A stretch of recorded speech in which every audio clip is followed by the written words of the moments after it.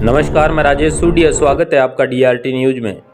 अलवर जिले की कोट कासिम पंचायत समिति की ग्राम पंचायत लाडपुर की वर्तमान सरपंच श्रीमती नीलम यादव, सरपंच प्रतिनिधि आशीष यादव, उप सरपंच राजकुमार यादव मिलकर पंचायत के किन किन मुद्दों एवं किन विकास कार्यों को प्राथमिकता देंगे, आइए सुनते हैं डीआरटी न्यूज स्पेशल मीटिंग के दौरान हुई विशेष वार्ता को। डीआरटी न्यूज चैनल में आपके साथ संवाददाता वीर सिंह। तो आज हम पहुंच चुके हैं ग्राम पंचायत लाडपुर पंचायत समिति कोट कासिम जिला अलवर। जो यहाँ की वर्तमान सरपंच है श्रीमती नीलम जी, तो उनके सरपंच प्रतिनिधि हमारे साथ जुड़े हुए हैं आशीष यादव जी। तो इनसे आज खास मुलाकात के अंदर बात करेंगे इनकी ग्राम पंचायत के क्या मुद्दे हैं, क्या मसले हैं, किन उद्देश्यों को लेकर चुनावी मैदान में आए थे। जैसे कि मेरे साथ उप सरपंच जुड़े हुए हैं, वार्ड पंच जुड़े हुए हैं। टोटल ये अपने ग्राम पंचायत के अंदर आज जो एकता का इन्होंने परिचय दिया, ये कोई मीटिंग के दौरान इकट्ठे नहीं हुए, ये सब वैसे आए हुए हैं ग्राम पंचायत के लिए, राय मशवरे के लिए। और हर रोज इनका राउंड अप रहता है 10-20 मिनट जैसे भी अपनी ग्राम पंचायत में टाइम दे सकें। तो अपने सरपंच साहब से बात करते हैं। सरपंच साहब, पहले तो हमारे चैनल के अंदर आपका बहुत बहुत स्वागत है। धन्यवाद जी। तो सरपंच साहब, अगर अपने बात करें ग्राम पंचायत के अंदर कि आपके राजनीतिक परिचय की, तो कितने टाइम से आप राजनीति में हो? जी 2010 से 2014 तक पहले सरपंच रही जी नीलम यादव जी, और अब के जी अभी वर्तमान में भी आप सरपंच हो जी। तो सरपंच साहब, अगर बात करें, आपको ग्राम पंचायत के अंदर ऐसी क्या समस्या लगी जिसकी वजह से आपको चुनावी मैदान में आना पड़ा और जनता ने आपका भरपूर सहयोग किया जिसकी वजह से आप आज सरपंच पद पे हो? ये ऐसी तो कोई मजबूरी भी नहीं थी। ऐसे क्या है कि अपनी जो जनता है, उरा के लोग हैं जो पहले भी सरपंच रहे, उन्होंने भी लोगों को विकास के काम किए हैं। ऐसी कोई बात नहीं, सबका सहयोग रहा है। लेकिन कुछ उत्साह, कुछ अपने लोगों ने कहा कि भाई चुनाव लड़ने, तो आ गए मैदान में, चुनाव लड़ लिया, जनता ने जिता दिया, जनता का प्यार था। तो जैसा हम तो जनता ने जैसे प्यार दिया, जैसा सहयोग रहा, हम तो जनता की उम्मीदों पे पूरा उतरने की कोशिश करते हैं। कहीं काम नहीं रह जाए, कोई जनता का निराश न रह जाए, पक्ष विपक्ष ना रहे, बस पक्ष विपक्ष भी हर बातों पे, हर काम पे, हर विकास पे मदद करते हैं। ऐसा कोई पक्ष या कोई विपक्ष नहीं है। छोटे मोटे काम हैं वो होती है, जो गांव में छोटी मोटी बातें होती है सब निपटारा करते हैं। यही जी। तो जैसे कि सरपंच साहब बता रहे हैं कि हम सब साथ में मिलकर चलते हैं। जैसे आप देख सकते हो कि एकता का परिचय इन्होंने दे दी, ये समस्त वार्ड पंच है और साथ में उप सरपंच भी साहब हैं यहाँ पे। तो सरपंच साहब, ग्राम पंचायत के अंदर मुद्दे तो बहुत होते हैं, जो अहम मुद्दा है वो शिक्षा का, और कहते हैं कि शिक्षा एक वह शेरनी का दूध है, जो पिएगा वही दहाड़ेगा। तो अगर शिक्षा की बात करें अपने ग्राम पंचायत लाडपुर के अंदर, तो शिक्षा का क्या स्तर है? शिक्षा का स्तर ये है सर, हमारे यहाँ 10 तक स्कूल है जी, और अभी कुछ दिन पहले इनको 12 तक करने के लिए जी प्रस्ताव मांगे गए थे। तो हमने अपने जिला प्रमुख से जी, ग्राम पंचायत से, सरपंच जी से और अपने प्रधान जी से जी वो लेटर पैड पे लिखवा के दे भी दिए। हमने उम्मीद है गहलोत सरकार जी का जल्द इनको 12 तक स्कूल करेगी जी। तो सरपंच साहब, एक चीज़ हमें और देखने को मिलती है, जो अपने ग्रामीण क्षेत्र हैं इसके अंदर बालिकाओं को हर क्षेत्र में पीछे रखा जाता है। जैसे आप शिक्षा के क्षेत्र में ले लीजिए, या कम एज के अंदर उनकी शादी कर दी जाती है, जैसे बाल विवाह हो गया। तो अपने यहाँ अगर बात करें तो बालिका शिक्षा का क्या स्तर है? सब बालिका स्तर के मैं बताता हूँ। हमारे स्कूल में बालिका स्तर पे +2 का स्कूल है, मतलब 10वीं तक, तो यहाँ की जो बच्चियाँ हैं वो आज भी जिले में 3रे नंबर पे आई है संस्कृत स्कूल से, जिले में 3रे नंबर। और जो बालिक विभाग का है, ऐसा ध्यान है, लोग सब शिक्षित है, सब लिखे पढ़े हैं, सब बच्चे पढ़ते हैं। कोई भी नाबालिग की कोई, मतलब 1-2% कोई कह नहीं सकते, लेकिन सब पढ़ा लिखा के अपने बच्चों को कामयाब करने की कोशिश करते हैं। नाबालिग ऐसी कोई बात नहीं है जी। तो अपने उप सरपंच से भी बात करते हैं। उप सरपंच साहब जुड़े हुए हैं। सर, आपका नाम? सर, राजकुमार यादव जी। तो ये राजकुमार जी यादव हैं जो अभी वर्तमान में उप सरपंच हैं। तो सर, आपकी क्या कार्य चल रही है, आपका क्या राजनीति है, बैकग्राउंड है, अपने इसके बारे में बताइए, राजनीतिक करियर के बारे में। राजनीति मैंने तो पैसे पहले कभी की नहीं है जी, अब फर्स्ट टाइम ही हूँ। पंच बन गया, उप सरपंच भी बना दिया लोगों ने जी, अपनी पंचायत की सभी लोगों ने सहमति करके निर्विरोध उप सरपंच बना दिया। क्या बात है। हाँ जी। तो सरपंच साहब, देखा गया है उप सरपंच साहब कि आप भी एक युवा उप सरपंच हो और सरपंच हैं वो भी आपके एक युवा हैं। तो देखा जाता है जो युवा पीढ़ी है वो नशे की ओर काफ़ी ग्रसित हो रही है और पतन की ओर जा रही है। तो यहाँ पे अगर बात करें अपने लाडपुर की, तो नशे का क्या स्तर है? नहीं, हमारे यहाँ ऐसा कोई वो नहीं है कि जनता परेशान हो या ज़्यादा नशेड़ी हो, ऐसा कुछ नहीं है। हाँ, 1-2% मानते हैं, कोई लोग बाग करते हैं चोरी छुपे ड्रिंक, तो ऐसा अभी हमारे इधर कुछ नहीं है जी। तो नशे की प्रवृत्ति यहाँ बिल्कुल भी नहीं है। तो सरपंच उप सरपंच साहब, देखा जाता है कि आज आपको पूरे भारत देश के लोग देख रहे हैं, ग्राम पंचायत जिले के लोग देख रहे हैं, जिले के युवा देख रहे हैं। तो नशे से दूर रहने के लिए आप क्या कहना चाहोगे? मैं तो यही कहता हूँ, नशे से दूर रहे तो अच्छा रहेगा।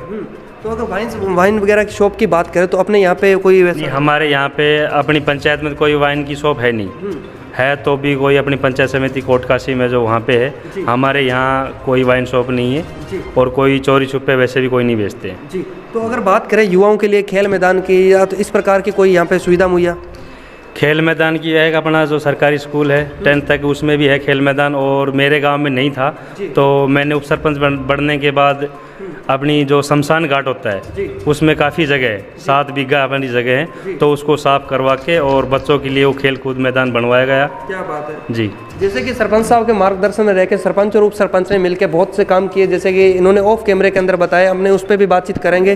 तो सरपंच साहब मेरा आपसे सवाल रहेगा, जो अपने भारत देश है वो एक कृषि प्रधान देश है और जवान और किसान पे टिका हुआ है, तो इस बार जो राजस्थान के किसानों की जो हालात देखने को मिली यूरिया DAP के लिए काफ़ी भारी किल्लत देखने मिली। आपने भी देखा किसान दर दर भटक रहे थे, लंबी लंबी लाइनें देखने को मिली, यूरिया DAP उपलब्ध नहीं हो पाई। तो अपने लाडपुर की बात करें तो यहाँ पे क्या व्यवस्था रही?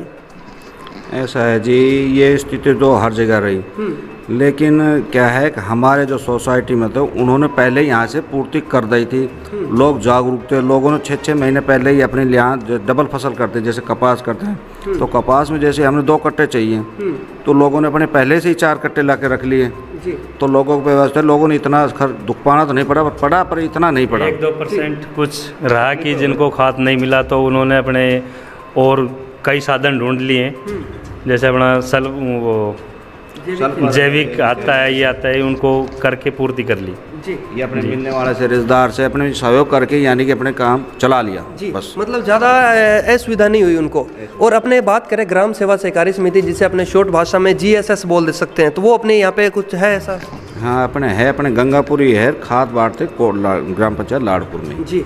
तो उन्होंने भी कुछ सुविधा मुहैया करवाई है ना? उन्हीं ने सुविधा मिल गई, वहाँ सोसाइटी तो ही लिया सबने खाद। तो सरपंच साहब एक हमें और चीज़ देखने को मिली है, काफ़ी जगह ब्लैक भी हुआ, तो अपने यहाँ पे कुछ ऐसा तो नहीं है कि अपने कोई ब्लैक नहीं हुआ, नहीं बढ़िया रहा अपनी सोसाइटी में, बढ़िया उसने सुविधा रखी और एक्स्ट्रा में कट्टे मंगाए, एक्स्ट्रा में गाड़ी उन्हें लगवाई जी।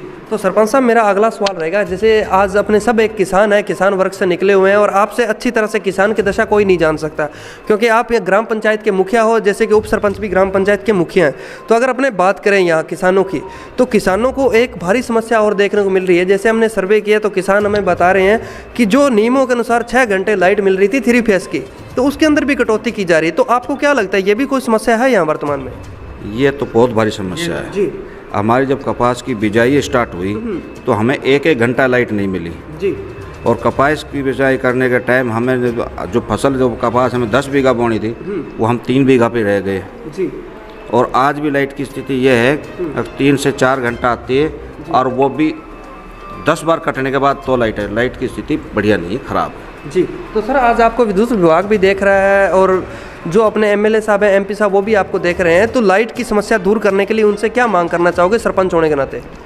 उनसे यही मांग है हमारी, जो पुरानी लाइन है उन्हें तो ठीक करें, जो पुरानी लाइन है उनको नहीं करें जी। और दूसरा लाइट को जो लाइन है उन लाइन मैन को 2-2 रखें जी।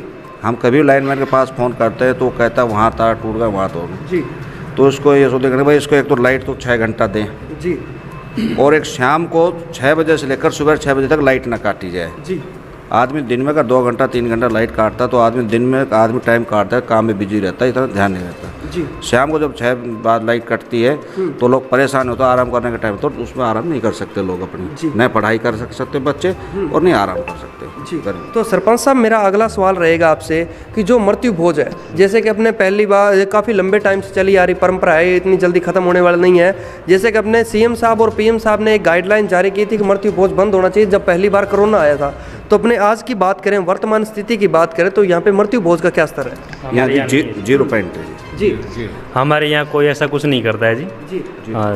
तो अगर पहले की बात करें तो पहले भी यहाँ कुछ ऐसा था मृत्यु भोज की स्थिति? नहीं, ऐसा कुछ नहीं था जी। कोई अपनी इच्छा से पहले कोई कर भी लेते थे, अब सभी मना कर देते हैं, अगर ऐसा कुछ नहीं करना है तो ऐसा कोई फालतू की फिजूल खर्ची वगैरह कुछ नहीं होती है। जिसको चंदा देना देता है अपने मंदिर में दे देता है, स्कूल में दे देता है, वो कर देता है, लेकिन जो जिमाने वाला सिस्टम है ये बिल्कुल जीरो है जी। तो सरपंच साहब आपको क्या लगता है, जो लोग ऐसा खर्चा करते हैं उनको ये चंदा कहाँ लगाना चाहिए, कौन सी संस्था के अंदर? आप क्या कहना चाहिए, आपके क्या विचार है? मेरा विचार ये है, ये पैसे शिक्षा में लगाना चाहिए। क्या बात है, ऐसे ही सोच होनी चाहिए बंदे की। जो इन्होंने बात कही कि जो शिक्षा के क्षेत्र में आज अपना पूरे भारत देश की अगर बात करें तो शिक्षा के क्षेत्र बहुत पीछे है। तो ऐसी ही थिंकिंग लेके चलनी चाहिए सरपंच साहब की। जो देखो आज शिक्षा का क्षेत्र है वो अपने बहुत कमज़ोर है। कोई भी सरपंच आएगा लाइट पानी बिजली का ये काम करेगा, जो शिक्षा के क्षेत्र में काम करेंगे वो एक सराहनीय काम होगा। और अगर शिक्षा का स्तर अपने बढ़िया बाकी सबके सब मुद्दे सोल्व हो जाएंगे। जी जब तक गांव बस्ती का लोगों का सहयोग नहीं होगा, सरकार भी कितना करेगी। हम छोटे मोटी चीज़ों को भी इस शिक्षा के मामले में उन पर ध्यान देंगे, छोटे मोटे कमरे हैं, छोटे मोटे उन चीज़ों पर ध्यान देंगे। जैसे स्कूल हम चंदा लेते हैं, अपने कोई प्रोग्राम होता है तो हम स्कूल के पैसे लेते हैं, थोड़ा चंदा देते हैं, तो उसमें सहयोग से यह होता है छोटी मोटी पूर्तियाँ वो हो जाती है। हर चीज़ की पूर्तियाँ सरकार नहीं कर सकती, कोई भी सरकार आओ, बीजेपी आओ, कांग्रेस आओ, कोई आओ, जी ठीक है। लेकिन जब तक समाज एकजुट होकर उसके नहीं करेगा तो कोई ध्यान नहीं देगा उस पर। जी तो सरपंच साहब अपने बात करें लाइट की, पानी की, पेयजल की समस्या, तो यहाँ पे सबसे बड़ी कमी किस चीज़ की है? यहाँ सबसे बड़ी समस्या बिजली की है, इससे बढ़िया कोई समस्या नहीं है। जी बिल्कुल।